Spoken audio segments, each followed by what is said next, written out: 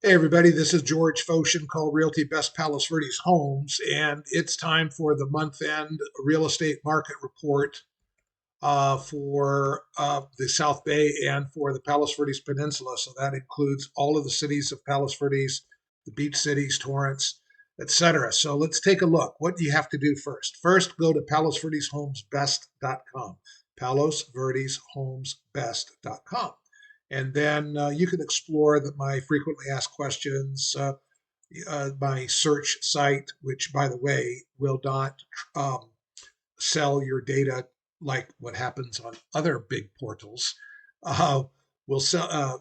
I do not sell or share your data to anybody. The other portals do. That's how they make money. They sell your search patterns and contact information to their advertisers. Ever wonder why you get so many spam calls? There you go. Um, you can get my new updated home evaluation tool. You can learn about all the different communities in the South Bay in terms of getting really good market data. These charts update live every month, so you'll want to check back frequently for the community that is appropriate for you. And then you want to go to the blog, the blog, and you want to find this blog article. And then what you'll want to do is play the video. This video right here is going to be substituted by the one I'm doing now. And then start exploring the charts. But first, where does the data from these charts come from? Well, some of it comes from this table right here. And what is this telling us about what's happening in Palos Verdes Estates, the entire Palos Verdes Peninsula, the greater South Bay area, so that includes all the areas here in the South Bay, Rancho Palos Verdes, Rolling Hills Estates, and Rolling Hills. So let's take Palos Verdes Estates as an example. You can, on your own, go through the rest of the table. But in Palos Verdes Estates, what have I done here for you? I have taken the most recent 6-month period of time, November 1st, 2023 through April 30th, 2024, and compared it to the same time period for last year. Why is that important? Because it takes out seasonality from the equation. Now you're really comparing apples to apples. And what has happened? What's supply done? What has demand done? Well, there was 71 new listings coming to market in last year for this 6-month period of time, November 2022 to April 2023, and 57 homes put into escrow. Supply, demand. Well, look what happened in the most recent 6-month period of time. Supply increased by a bunch. Supply went up 33.8%, but so did demand, pending sales. It went up 33.33%, not quite as much as supply did. So that's a slight negative for sellers. But what we have observed is that from the 6-month period of time right before this one, in other words, October 1st, 2023 through March 31st, 2024, the number of days of unsold inventory actually has increased by around 13%, from 199 days of unsold inventory to 225 days. What does that tell you? It tells you that the market is finding it more difficult to absorb inventory through sale activity. Um, that's important if you're a seller, and it's important if you're a buyer. It's important if you're a seller because now maybe you don't, now you have good facts to base a decision on how to establish a list price for your property. Look, no real estate broker can tell you exactly what your house will sell for. It's impossible. It's real estate, while a commodity, influenced and solely its price solely determined by supply and demand. It's not like gold, also a commodity, where thousands of ounces of gold are traded every day in New York, in London, all the commodity exchanges across the world. We know to a penny, because thousands of ounces of gold are traded every day, We know to a penny what an ounce of gold is worth. And we also have confidence in that value because the ounce of gold over here is the same ounce of gold over there. It's gold. It's the same element in the table of elements. Real estate doesn't work that way. Your house is very unique, and your house certainly hasn't traded thousands of times a day. It trades what? Maybe once every 5, 7, 10, 15, 20 years. And even your next door neighbor who might be on the same size lot, and has the same square footage and the same floor plan, their house is a little different. It's configured to the view a little differently. Maybe it sits on the lot a little differently. Maybe the remodeling over the years has been a little different. There is no apples to apples. So the best any real estate broker could do is provide you a range of value. Well, that's where this information helps. And this is why you need to hire me. So you have access to this at the time that you need it. Because if you knew that the market's ability to absorb inventory weakened by 13%, when you look at competitive sales, are you going to price your house the same as what your neighbor did just a few short months ago? Well, you could.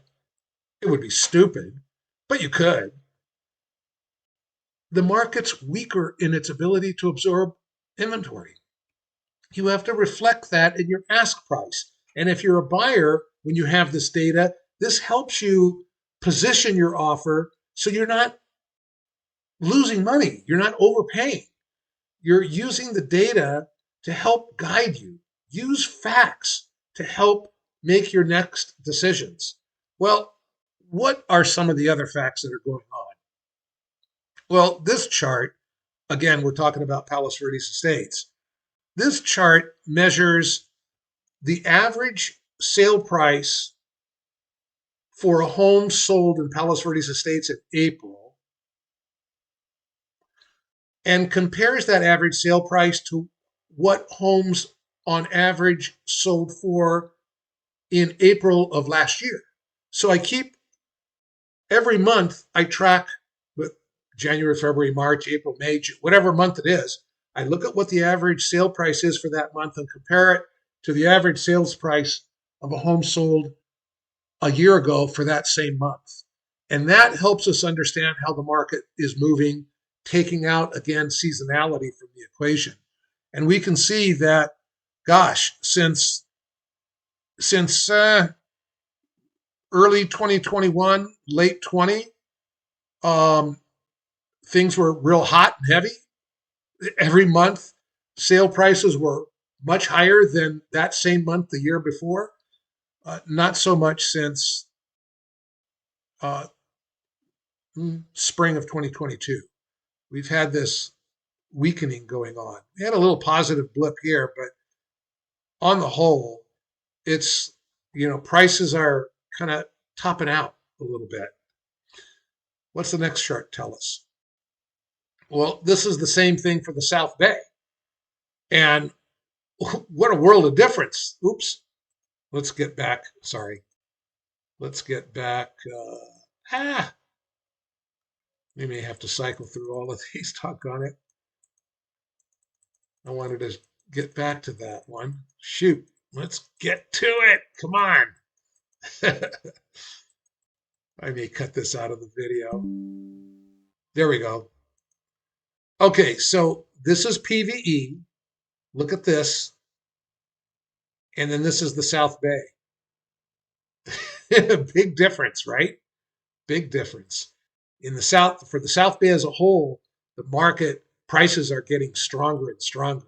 Each month, compared to sale prices for that same month the year before, there's positive movement. Not so much in PVE. We can discuss the whys and wherefores another time, but the facts are the facts. So remember, that compared this month to a month a year prior, when you're looking at those two previous charts. This is different. These charts next are different. This compares what properties sold for in the 6-month period of time from November 23 to April 2024, a 6-month period of time, to the same 6-month period of time, but a year ago. And for the peninsula, prices are up 7% on price per square foot. On gross sale price, up almost 10%. And sale volume is up too. These are positive signs. And then we get back to the absorption rates for the different areas, which you can go through on your own at your leisure. This video is already 10 minutes, so I think that's enough time. Look, bottom line, when you're pricing your home to sell it, pay attention to supply and demand trends, pay attention to what the changes have been. They will help you. Understanding those trends will help you price your property right. And if you're a buyer, you want to also pay attention to these supply and demand trends because they will help you not overpay for the property or give you reason, if the data is a little different, to really stretch to get the property you want. Let's set a time and narrow this stuff down to the types of property that you're looking to sell or buy. What I've displayed here is more macro. And if you want to get more into microeconomic data for the type of property you have in your particular neighborhood, let's meet, let's talk about it. Because as you saw with the juxtaposition of Palos Verdes Estates versus the South Bay, location, real estate is all local.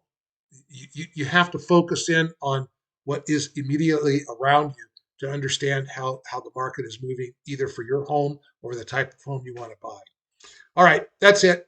Thanks for watching. Talk to you later, either by phone or stay tuned to this website. Check in again in about a month and do explore the other tabs on my website that I demonstrated for you so that you can really be empowered to make super good decisions. That's the whole point. I serve at your pleasure. Talk to you soon. Bye for now.